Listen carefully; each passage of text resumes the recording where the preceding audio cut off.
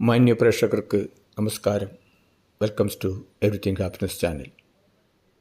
സുഹൃത്തുക്കളെ, തീക്കളമായി പശ്ചിമേഷ്യ മാറുകയാണ്. ഇറാൻ US ഇസ്രയേൽ വാർ എങ്ങനെയാണ് മൂന്നാം ലോകമഹായുദ്ധത്തിലേക്ക് ഇത് മാറുമോ എന്ന് ലോകരാജ്യങ്ങളും എല്ലാം ഭയപ്പെടുന്നു. അമേരിക്കൻ പ്രസിഡന്റ് ഡൊണാൾഡ് ട്രംപ് പറയുന്നത് ഈ ഇസ്ലാമിക ബോംബ്, അതായത് ഇറാൻ ഒരു ന്യൂക്ലിയർ ബോംബ് ഉണ്ടാക്കി കഴിഞ്ഞു കഴിഞ്ഞാൽ അത് അമേരിക്ക വരെ എത്തും. ദീർഘദൂര ബാലിസ്റ്റിക് മിസൈലിൽ ആണവ പോർമുന പിടിപ്പിച്ച് അമേരിക്കയെ തന്നെ ആക്രമിക്കും, ഇസ്രയേലിനെ ആക്രമിക്കും. അത് ലോകരാജ്യങ്ങൾക്ക് തന്നെ ഭീഷണിയാണ്. അതിനാൽ ഒരു കാരണവശാലും ആയത്തുള്ള അലി ഖുമൈനിയുടെ നേതൃത്വത്തിലുള്ള ഗവൺമെൻറ്റിനെ ഒരു വിധത്തിലും ന്യൂക്ലിയർ ബോംബ് ഉണ്ടാക്കുവാൻ അനുവദിക്കില്ല. ന്യൂക്ലിയർ ബോംബ് ഉണ്ടാക്കുന്നതിന് ദിവസങ്ങൾ മാത്രമേ അവശേഷിക്കുന്നുള്ളൂ. അതിനാലാണ് യുദ്ധം നടത്തുന്നതെന്നാണ് ട്രംപ് പറയുന്നത്. യാഥാസ്ഥിതിക പക്ഷത്ത് ഇറാനെ ഉറപ്പിച്ചു നിർത്തിയ നേതാവാണ് ആയത്തുള്ള അലി ഖുമൈനി.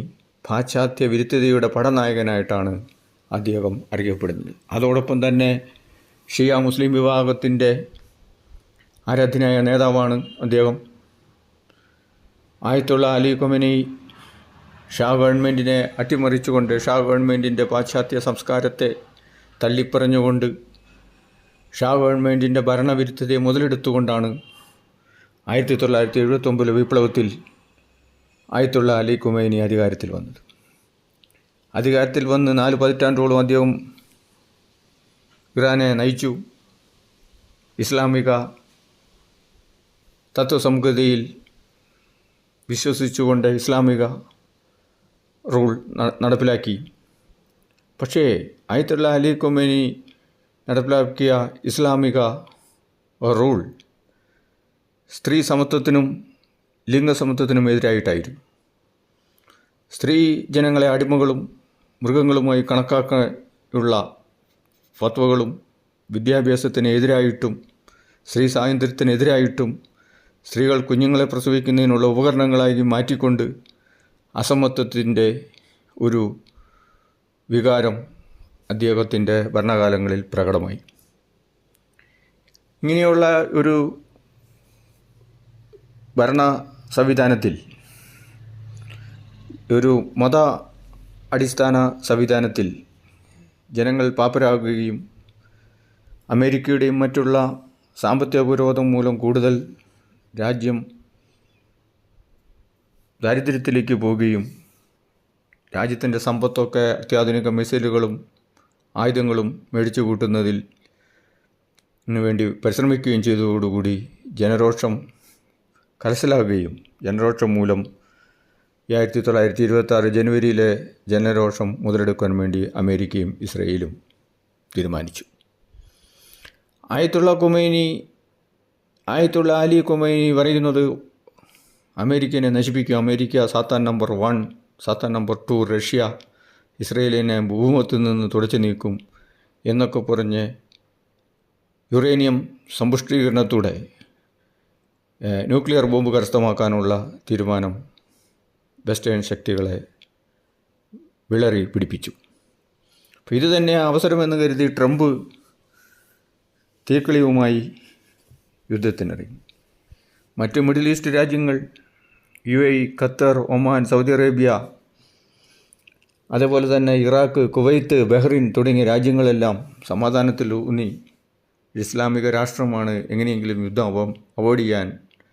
ഒഴിവാക്കാൻ വേണ്ടി സമാധാന സന്ധികളിലൊക്കെ അവർ ഏർപ്പെടാൻ നോക്കി.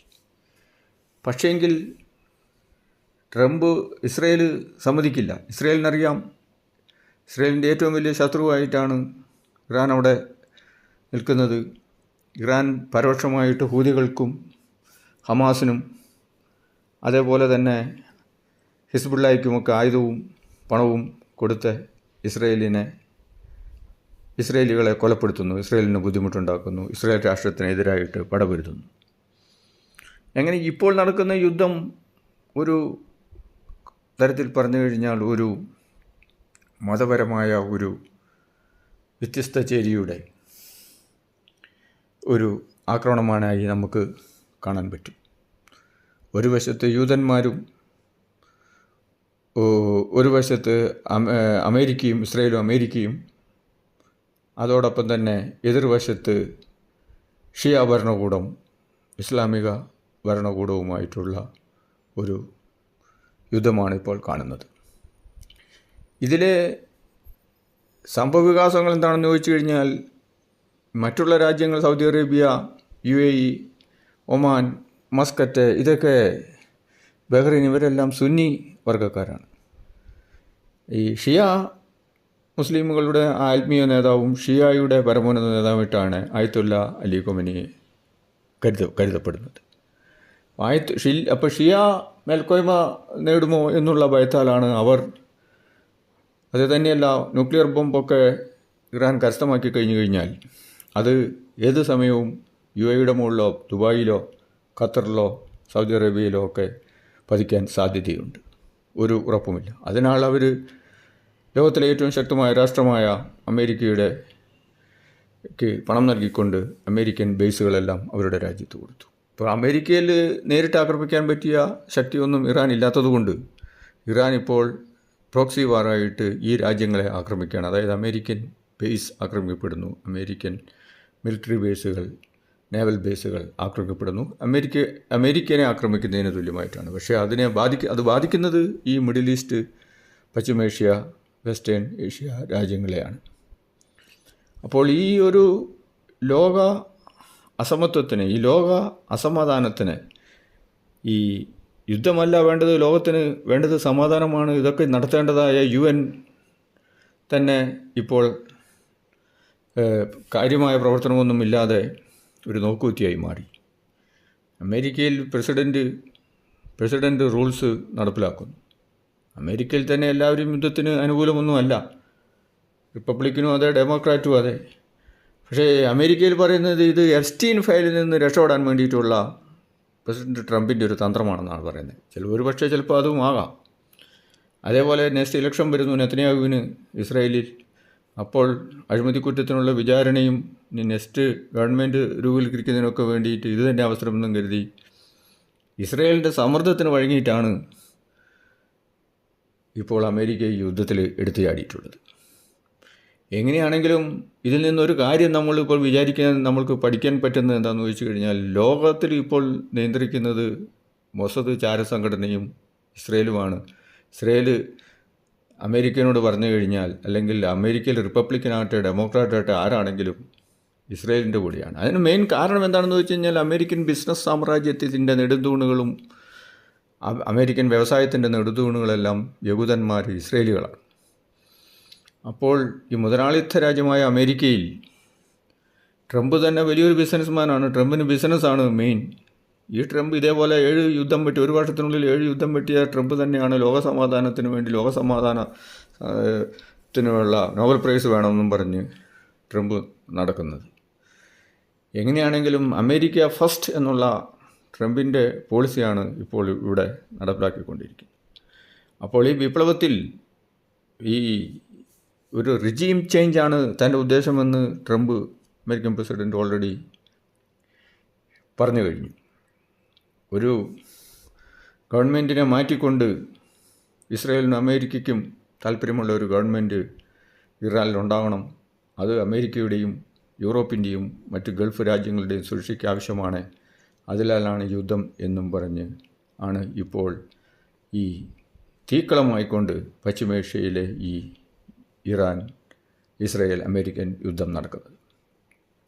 പക്ഷേ ഗൾഫിനെയൊക്കെ ഞെട്ടിച്ചുകൊണ്ട് 100 കണക്കിന് ബാലിസ്റ്റിക് മിസൈലും 1000 ഡ്രോണുകളുമാണ് എല്ലാ രാജ്യങ്ങളുടെയും UAE, Bahrain, Israel, Saudi Arabia, Oman, Iraq, Kuwait, Qatar, Cyprus, Syria, Jordan മുതലായ രാജ്യങ്ങളുടെ എല്ലാം തലസ്ഥാനങ്ങളിലും നഗരങ്ങളിലുമൊക്കെ ഇറാൻ കണ്ണുമടച്ച് ആക്രമിക്കുന്നത്. ലോകം ഞെട്ടിയിരിക്കുകയാണ്. യുദ്ധം എന്ന് തീരുമെന്നുള്ളതൊന്നും ഇപ്പോൾ ആർക്കും അറിയത്തില്ല. ഈ യുദ്ധത്തിൻ്റെ തിക്തഫലം അനുഭവിക്കുന്നത് മില്യൺസ് ഓഫ് ആൾക്കാരാണ്. ഇന്ത്യനെ സംബന്ധിച്ചിടത്തോളം ഇന്ത്യയുടെ 30% എണ്ണ വരുന്നത് ഈ സ്ട്രേറ്റ് ഓഫ് ഹോർമോസിൽ കൂടെ. സ്ട്രേറ്റ് ഓഫ് ഹോർമോസ് ഇറാൻ്റെ കാലിൻ്റെ ചുവട്ടിലാണ്. സ്ട്രേറ്റ് ഓഫ് ഹോർമോസിൽ കൂടെ ഏത് കപ്പൽ പോയാലും ആക്രമിക്കും, എക്സെപ്റ്റ് റഷ്യനെയും ചൈനയെയും ഒഴിവാക്കിക്കൊണ്ട് എന്നൊക്കെയാണ് ഇപ്പോൾ ഇറാൻ പറയുന്നത്. അപ്പോൾ ഇത് വ്യാവസായിക ലോകത്തിൽ ഒരുപാട് ക്ഷീണം സംഭവിക്കും. അത് മറ്റുള്ള രാജ്യങ്ങളുടെ എക്കോണമിയെ തകർക്കും. ഇന്ത്യയെ സംബന്ധിച്ചിടത്തോളം വളരെ വളരെ പ്രധാനപ്പെട്ടതാണ് ഇറാനും മറ്റ് മിഡിൽ ഈസ്റ്റ് രാജ്യങ്ങളുമായിട്ടുള്ള, പശ്ചിമേഷ്യൻ രാജ്യങ്ങളുമായിട്ടുള്ള വ്യവസായം, മറ്റുള്ള കയറ്റുമതി, കച്ചവട സാധ്യതകൾ. അപ്പോൾ ഈ ഒരു യുദ്ധത്തിലൂടെ എല്ലാവർക്കും നഷ്ടം തന്നെയാണ് ഉണ്ടാകുക, പ്രത്യേകിച്ച് ഇറാനും മറ്റുള്ള രാജ്യങ്ങൾക്കും എല്ലാം തന്നെ. ഭീമമായ യുദ്ധച്ചെലവ് അമേരിക്കയ്ക്കുമുണ്ടാവും. അതോടൊപ്പം തന്നെ ഈ വെസ്റ്റ് ഏഷ്യൻ രാജ്യങ്ങളായ UAE, Saudi Arabia, Kuwait, Iraq, Syria തുടങ്ങിയ ജോർദാൻ തുടങ്ങിയ രാജ്യങ്ങളിലെ എല്ലാം എക്കോണമി തകർച്ചയിലാവും. ടൂറിസവും ഓയിൽ എക്സ്പോർട്ടും ഖത്തറിൻ്റെയൊക്കെ ഗ്യാസ്, ലോകത്ത് തന്നെ എല്ലാ ഈ വക പ്രകൃതി വാതക ഉൽപ്പന്നങ്ങൾക്കും എണ്ണയ്ക്കും പെട്രോളിനും എല്ലാം വില കൂടുന്നതോടുകൂടി ലോക സാമ്പത്തിക സ്ഥിതി തന്നെ തകിടം മറിയും. എല്ലാ രാജ്യങ്ങളും തന്നെ വളരെ ബുദ്ധിമുട്ടിലേക്ക് നീങ്ങും. അതിനാൽ എത്രയും പെട്ടെന്ന് ഈ യുദ്ധം അവസാനിപ്പിക്കുകയാണ് വേണ്ടത്. പക്ഷേ യുദ്ധം എന്നവസാനിക്കും, ലക്ഷ്യം കാണാതെ പിന്മാറില്ല, റെജിം ചേഞ്ച് ഉണ്ടാകാതെ പിന്മാറില്ല എന്നാണ് അമേരിക്കയും ഇസ്രയേലും പറയുന്നത്. സുഹൃത്തുക്കളെ, എന്തായാലും ഈ 21-ാം നൂറ്റാണ്ട് ലോകത്തിൻ്റെ സമാധാനത്തിന് വിഘാതമായിക്കൊണ്ട് ആണ് ഇപ്പോൾ പോയിക്കൊണ്ടിരിക്കുന്നത്. നന്ദി, നമസ്കാരം സുഹൃത്തുക്കളെ. മതം മനുഷ്യൻ്റെ നന്മയ്ക്ക് വേണ്ടിയാണ് ഉപയോഗിക്കേണ്ടത്, അല്ലാതെ നാശത്തിന് വേണ്ടിയല്ല. ലൈക്ക് ചെയ്യുക, ഷെയർ ചെയ്യുക സുഹൃത്തുക്കളെ. നന്ദി, നമസ്കാരം. Thank you very much. I am Captain Grandmaster Shaji Matthew. Like, comment and share. Thank you. Out.